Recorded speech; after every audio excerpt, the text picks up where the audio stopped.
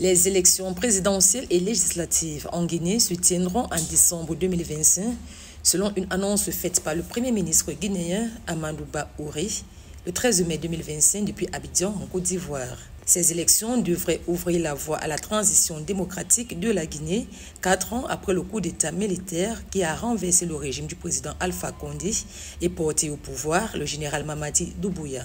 À l'heure actuelle, la Guinée est mobilisée pour un enrôlement permettant à la population guinéenne d'avoir à la fois son inscription dans le fichier d'état civil et son inscription pour ceux qui ont l'âge d'être électeurs dans le fichier électoral.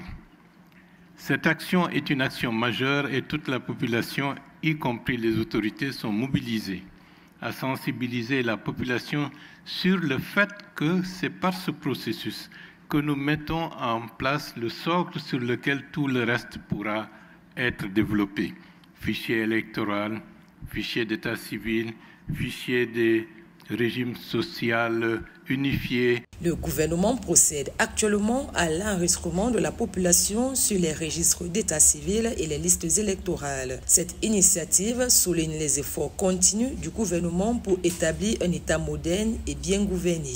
Par ailleurs, un référendum constitutionnel est prévu pour le 21 septembre 2025.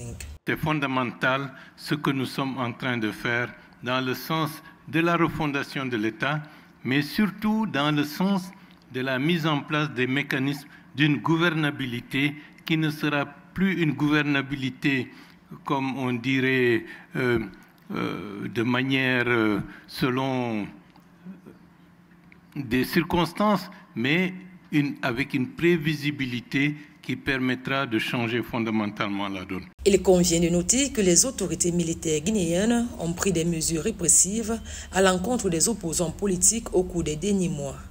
En octobre 2023, le régime a dissous 53 partis politiques et placé 54 autres en observation.